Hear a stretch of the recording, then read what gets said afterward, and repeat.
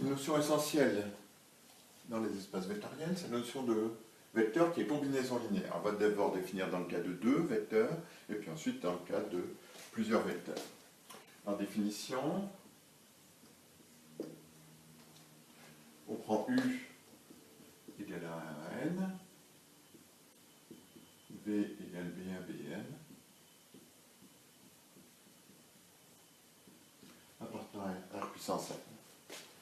Alors, on appelle combinaison linéaire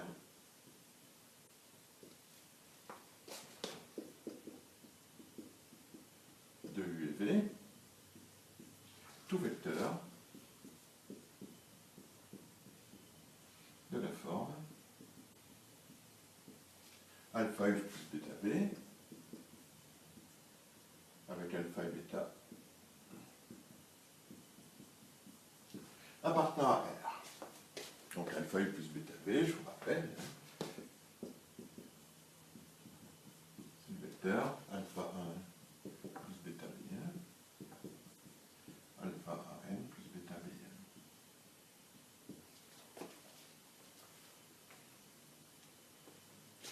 Alors, traitons un exemple.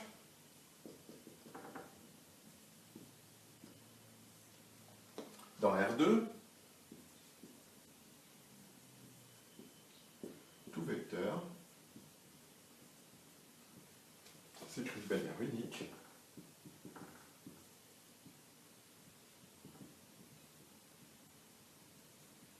une combinaison linéaire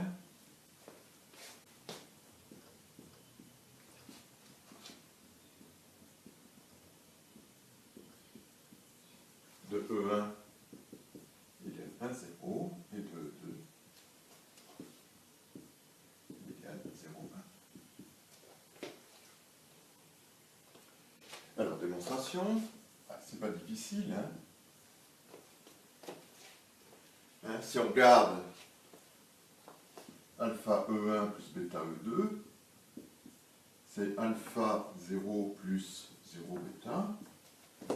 Alpha E1 c'est alpha 0, donc c'est alpha bêta. Donc,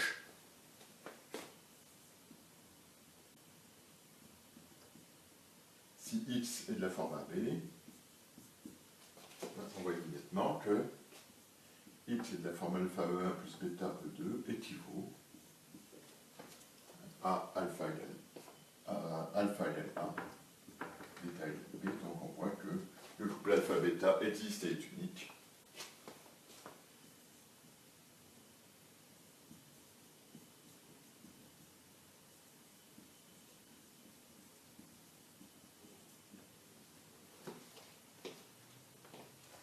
Bon.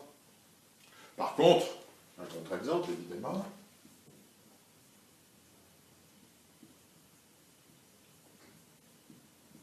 dans R3,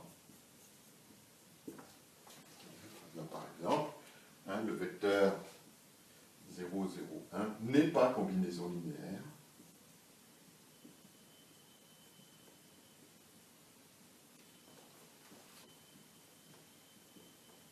de 1, 0, 0 et de 0, 1, 0. En effet, une combinaison linéaire de 1, 0, 0 et de 0, 1, 0 a comme troisième coordonnée, comme troisième élément, alpha fois 0 plus bêta fois 0, c'est-à-dire 0, donc ça ne peut jamais être égal à 1. Donc ce vecteur-là n'est pas combinaison linéaire des deux vecteurs 1, 1, 0, 0 et 0, 1, 0.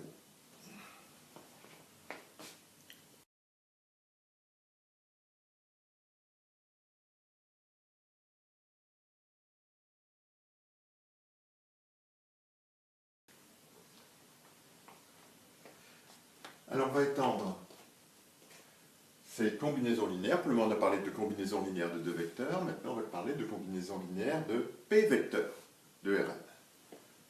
Donc on se donne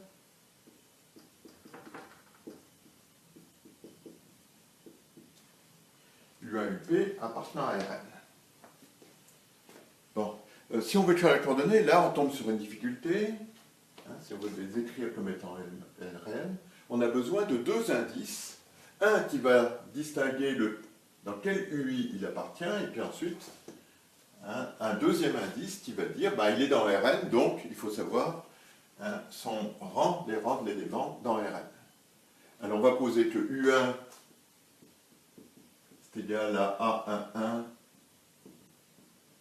A11 A1n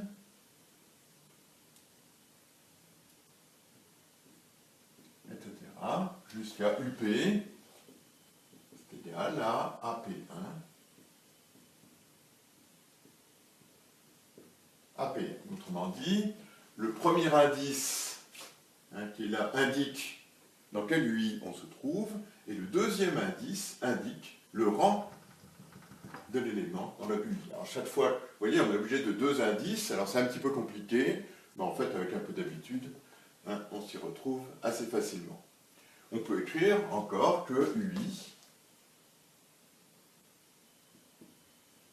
hein, donc c'est égal à AI1, voilà, AIN, pour petit appartenant à un P. Alors, définition.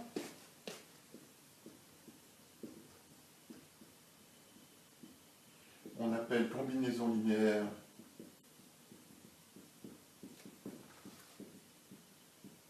de UMP tout élément de Rn de la forme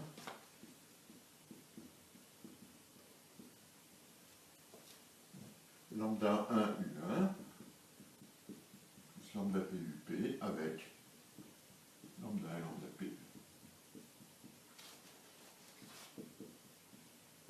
appartenant à R. Alors lambda U1 plus lambda PUP, hein, par arc,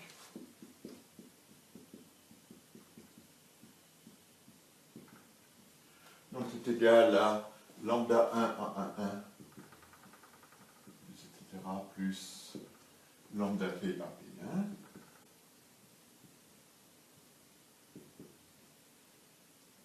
Lambda 1 à 1n plus lambda P à Pn. Alors qui est encore plus agréable peut-être d'écrire avec des sigma. Il faut s'habituer un petit peu à écrire les choses avec des sigma. Là c'est la somme de I égale 1 à P de lambda I à I1. Et puis, etc. jusqu'à la somme de I égale 1 à P de lambda I à IN.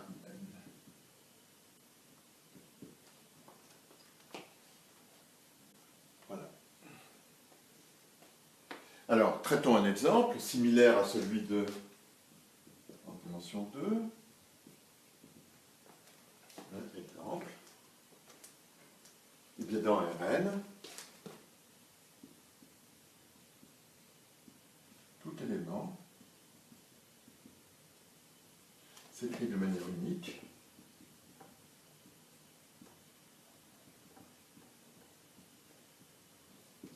comme combinaison linéaire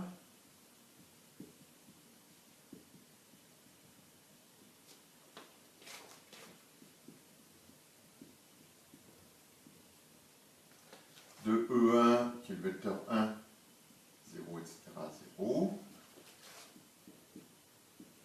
EI qui est le vecteur 0, 0, 1, 0, 0, alors ici c'est la ième place, hein, etc., jusqu'à En égale 0, 0, 0, 1.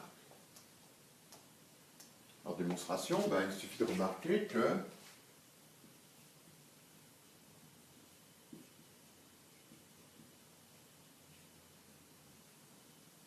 combien ça fait le vecteur lambda E1 plus lambda NEN? Là, si je prends lambda 1, lambda n appartient à R. Là, ça me fait lambda 1 fois 1 plus lambda 2 fois 0 plus lambda n fois 0. Puis ensuite, la deuxième coordonnée, ça va être lambda 1 fois 0 plus lambda 2 fois 1 plus lambda 3 fois 0 plus etc. Plus lambda n fois 0. Et puis pour le dernier, ça va être lambda 1 fois 0 plus lambda 2 fois 0 plus etc. plus lambda n fois 1. Donc c'est égal à lambda 1, lambda n. Donc on constate que si je prends x égale à 1 à n, qui appartient à R puissance n, on a que x est égal à lambda 1 E1 plus lambda n E n, si et seulement si lambda 1 est égal à 1, lambda n égale à n, ce qui montre que tout vecteur est bien combinaison linéaire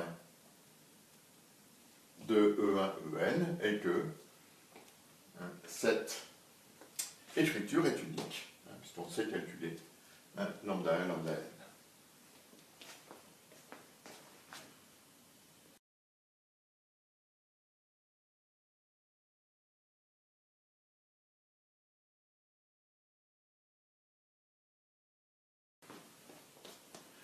Alors, définition,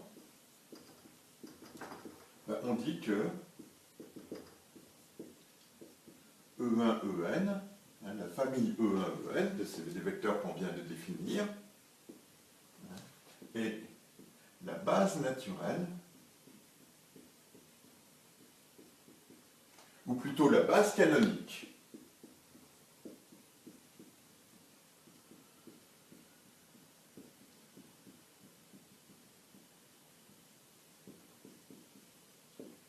de R puissance n. Un canonique en mathématiques, c'est le même sens que naturel, quelque chose qui vient naturellement, qui se présente de manière naturelle. C'est-à-dire que deux mathématiciens pourront toujours communiquer avec cette base. Quand on dit une base de R puissance n, ils pourront communiquer en prenant cette base canonique. On reverra tout à l'heure ce qu'on appelle vraiment une base dans un espace vectoriel. Alors il y a d'autres espaces, d'autres exemples. Si je prends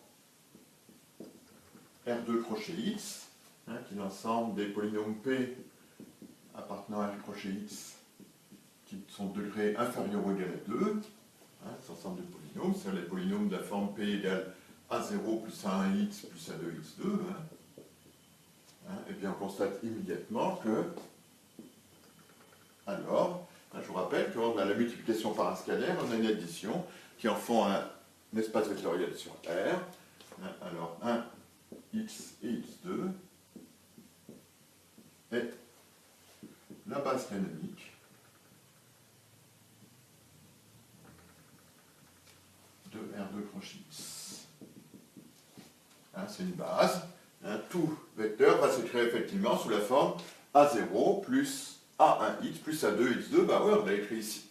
Et l'écriture est unique. Donc on a une base. Alors de même,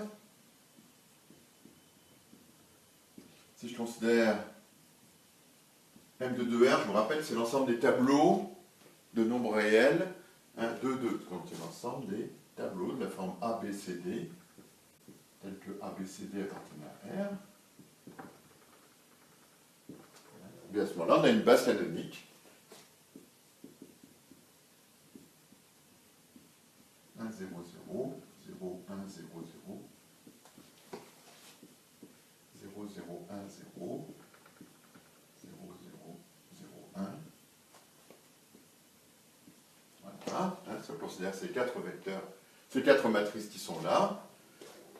Et si vous regardez lambda 1 fois celle-là, plus lambda 2 fois celle-là, plus lambda 3 fois celle-là, plus lambda 4 fois celle-là, vous verrez immédiatement que c'est la matrice lambda 1, lambda 2, lambda 3, lambda 4. Donc toute matrice va s'écrire évidemment de manière unique, comme combinaison linéaire de ces quatre matrices et la base canonique.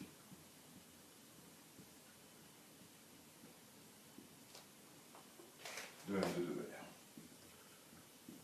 Donc là encore, il y a une base naturelle.